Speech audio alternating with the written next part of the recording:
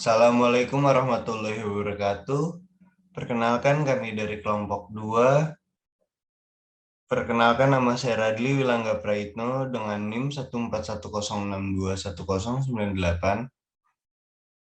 Perkenalkan, nama saya Afta Madul Absyar dengan nomor NIM 14106211104. Perkenalkan, nama saya Melani Putri dengan NIM 14106211083. Dan di sini kami akan membahas refleksi filsafat komunikasi homofili dan heterofili. Homofili berasal dari bahasa Yunani yaitu homois, yang artinya sama atau secara harfiah homofili memiliki arti komunikasi dengan orang yang sama. Homofili adalah suatu keadaan interaksi antara pasangan perorangan yang memiliki kesamaan dalam sifat.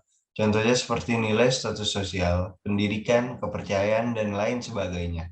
Sedangkan heterofili kebalikan dari homofili. Pengertian heterofili adalah sesuatu keadaan berinteraksi antara pasangan orang-orang yang komunikasinya berbeda dalam sifat tertentu. Adapun faktor terjadinya heterofili adalah karena adanya suatu perubahan perkembangan yang banyak menyebabkan banyak nilai berubah, tapi tetap ada yang mempertahankan nilai-nilai yang lama.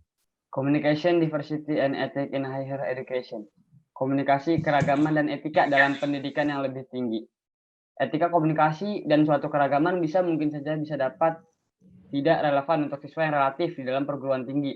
Setiap siswa cenderung memiliki pengalaman berbeda-beda dengan semua orang, sehingga untuk memberikan siswa sebuah pengalaman mungkin di mana mereka menghadapi tantangan terkait komunikasi dan sebuah keberagaman, maka siswa ditempatkan dalam kelompok, yaitu etika khusus, etika umum, dan etika sosial. Etika umum adalah etika yang membahas mengenai kondisi dasar dan umum tindakan manusia secara etis. Sedangkan etika khusus kebalikan dari etika umum yang bersifat general. Etika khusus adalah etika yang mencangkup prinsip-prinsip pada bidang kehidupan tertentu. Etika khusus ini erat kaitannya dengan peran, profesi, atau bagian tertentu dalam masyarakat. Sedangkan etika sosial yaitu etika khusus yang mencakup standar dan acuan sikap manusia terhadap orang lain, lingkungan, dan publik sebagai anggota dari masyarakat sosial. Misalnya, seorang manusia harus memahami bagaimana bersikap dengan orang lain. Lanjut. Selanjutnya, poin 1.2. Etika menurut Joseph adalah sebuah upaya untuk mencapai pemahaman kritis tentang pengalaman moral dasar kita dari perspektif pengalaman manusia kita yang paling primordial. Anna Teresa mengatakan bahwa Cimenka adalah kosmologi atau fenomenologi kehidupan. Sebuah pendekatan yang tentu saja terjalin dengan kemungkinan komunikasi manusia. Denia menjelaskan bahwa Cimenka menawarkan fenomenologi yang disatukan dengan hermeneutika pembangunan. Kedua, perilaku moral manusia adalah sebuah inti dari intersubjektif manusia. Adanya apakah kita menyadari signifikan etika dari perilaku kita. Berarti perilaku moral atau moral mencapai kemajuan vital atau eksistensi individu kita. Bahkan itu garis utama interpretasi manusia yang ada.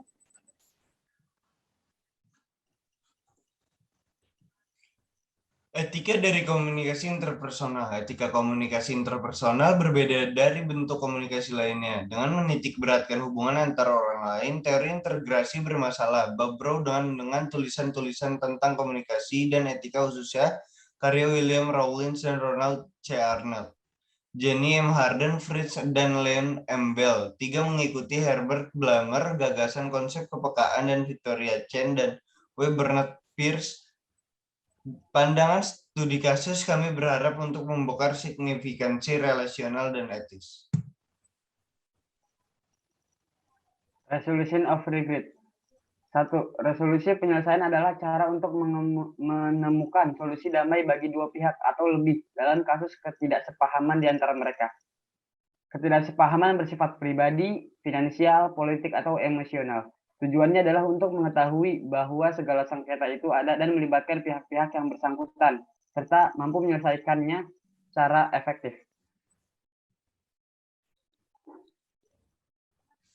Poin 1.5. Salah satu tindakan cinta harus sampai batas tertentu, tindakan pembangkangan, tindakan politik. Christopher Eastford menulis pengamatan tentang cinta homoseksual dan politik kontemporer pada secari kertas nyasar yang ia temukan sambil memeriksa bukti halamannya untuk Christopher and his Eastford mungkin memikirkan masalah umum bagi minoritas yang menghadapi mayoritas tirani dalam budaya yang seolah-olah demokratis. Pengamatannya sangat berfungsi sebagai epigram untuk bab ini. Merangkum seperti ini melakukan keprihatinannya tentang kesulitan politik bahwa laki-laki homoseksual apapun beragamnya harus bernegosiasi dalam menghadapi politik heteroseksualitas publik. Di sini saya menggunakan ungkapan heteroseksualitas publik bukan untuk merujuk pada siapapun. Studi kasus pelanggaran etika media sosial dalam penggunaan Instagram. Di balik sisi positif dari manfaat media seperti Instagram, terdapat banyak sisi negatifnya. Sisi negatif yang dapat terlihat dari pelanggaran etika dalam penggunaan media tersebut dan lemahnya kontrol dari pihak-pihak yang berwenang menjadikan Instagram dimanfaatkan oleh beberapa orang. Contohnya seperti memalsukan identitas, menyebar berita hoax, melakukan tindakan memaki, memfitnah, dan menghujat. Biasanya motifnya bermacam-macam, dan terkadang hanya iseng atau main-main. Sekarang ini konten atau isi pesan dalam media sosial Instagram sangat mengkhawatirkan karena banyak konten dengan menggunakan kata yang tidak pantas, yang melanggar etika, posting gambar kekerasan, dan mengumbar kehidupan mewah yang terlalu berlebihan sehingga dapat memancing sebuah kecemburuan sosial yang terus-menerus. Pengguna Instagram lupa bahwa ada etika, tata krama, dan kesetiakawanan sosial dalam berkomunikasi. Namun jika kita mendapatkan kata-kata yang tidak beretika, sebaiknya kita tidak terlalu gegabah terlebih dahulu. Adapun cara mengatasinya saat kita dihadapkan oleh situasi tersebut, yaitu introspeksi diri, 2. Jangan dibalas, 3. Blok, mute, atau delete.